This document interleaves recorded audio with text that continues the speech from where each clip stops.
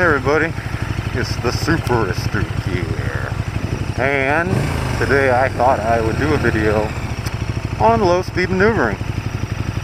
So, one useful trick to have, whether you're a lane splitter or you're just making a U-turn, or I would stop in the handicap one, or something, along those lines, and you want to be able to turn around fairly quickly, safely, and not feel like you're going to fall over, and be able to tighten your U-turns so that you can maybe turn in the closest lane instead of one of the far ones, or drifting because of a lack of confidence.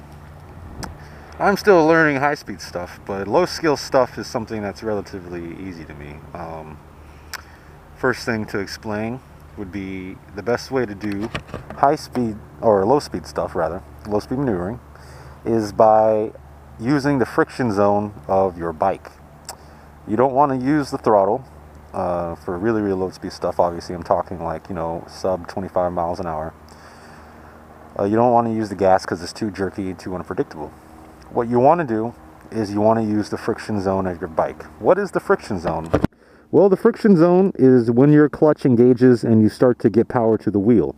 For example, with my hand off the throttle, you'll know when you hit the friction zone by slowly releasing your clutch until the bike starts to move forward. See, now I'm in the friction zone because my bike is picking up speed. You need to learn your bike's friction zone. Every bike is different because clutches are different and they're adjusted differently. So you have to learn what works for yours. Your clutch friction zone is going to be either more powerful or weaker based on what size bike you have. I'm on a 1300cc bike, and I can get my clutch, just using only the clutch, no gas whatsoever, it can get me to about 10 miles an hour in a straight line. So yeah, you can get around with that, and that's what you're going to be using today. So when you know the friction zone, you can pretty much wheel yourself around with just that and no gas anywhere you want. But how do you get your lines smooth and tight? Well, that is where the rear brake comes into play. To go slower, you want to modulate your speed with your rear brake. Light, smooth applications of the rear brake set the speed. See, I can go from 5 or 10 to 5 miles an hour was the slowest I saw it. Right now I'm just using the clutch and the rear brake, and I can float like this all day. I use this technique to do stop signs all the time without having to put my feet down. And you'll notice that it gets a little jerky if you cut too much speed. It's because it needs more power, so I just release the clutch a little bit more. But be ready for it to gain a lot of power all of a sudden. You'll see what I mean when you try it. But if you need to slow down, more rear brake and pull in the clutch a little more. And then you need to speed up, just release it a little bit. If you need more juice to get going, kind of pulse it. And this is called feathering the clutch. When you do something like this, and see, it's giving me little bursts of speed, but I can hold it out in the friction zone, and it engages the whole time. So let's talk about making a U-turn. Your bike, every bike is different, and every bike has different degrees that they can make a U-turn in. I have wide upright handlebars, so it's a lot easier for me to maneuver all the way to the locks. But basically, if you want to get an idea of how tight your bike can turn, get off of it, turn it to full lock, and then walk it in a circle, and that'll give you an idea. It's hard to get a perfect full lock U-turn. I can't do it, as far as I know, but you can get something close to it. The steps to it are simple. Using the friction zone, and you can also, if you're on a lower cc bike and you need more power, you can slightly open the throttle and then control power with the clutch. But you're just going to mainly use the clutch, the rear brake to modulate speed and generate smoothness, and the rest is vision and control. So if you're going really slow, under 25 miles per hour, counter steer is no longer in effect, and your handlebars turn as normal. Turn left to go left, turn right to go right.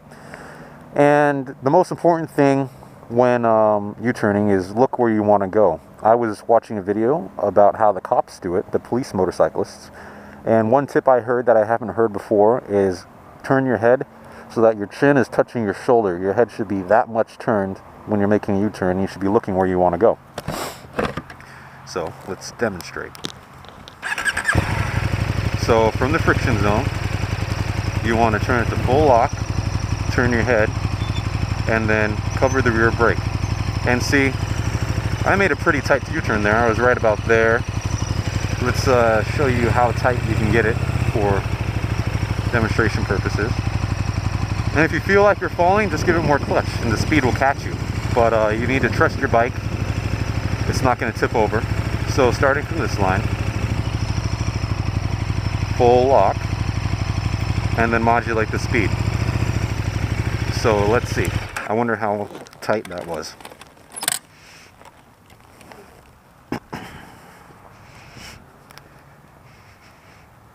So from here to there, that's a pretty fair U-turn, you know. This is obviously the divider, or the median would be right here. And I was able to turn smoothly into the first lane if this was a street. So, pretty good U-turn in my book. Like I said, just move your head, your chin to your shoulder, turn the bars to full lock, and if you need more time to turn to full lock, don't rush it, but add more rear brake to slow your speed down and smooth it out. And you'll notice when you start braking, your handlebars will turn easier. And then let out the clutch as you turn the handlebars, and then you'll just turn right into it. If you have a DMV close by that does motorcycle testing and has a circle in it, I would encourage you to go there and practice being able to make a complete circle within the circle that they have out for the motorcycle testing. And it's basically something like this, a really tight circle. If you can do something like this, then you'll be able to go past the DMV motorcycle test. Oop, almost dropped it there.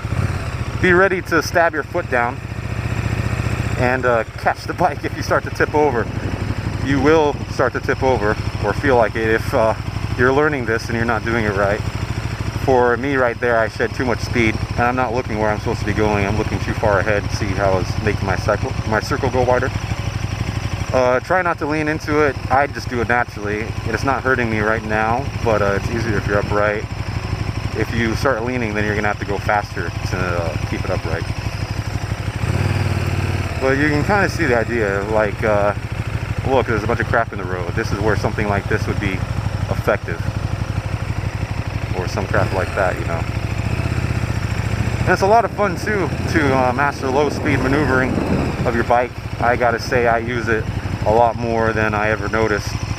And without these crucial skills of control of your bike, you're gonna miss out on a lot of opportunities, and you'll be a lot less safe. So do your best to take the time to go in a parking lot, bring some headphones or something, and just jam out while you practice your maneuvering, and you'll be thankful you did in the end.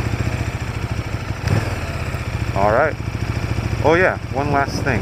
If you need more power, see right here, you can rev it a lot, and by modulating the clutch, you can control how fast you go. So you can give it a lot of throttle, and then turn in.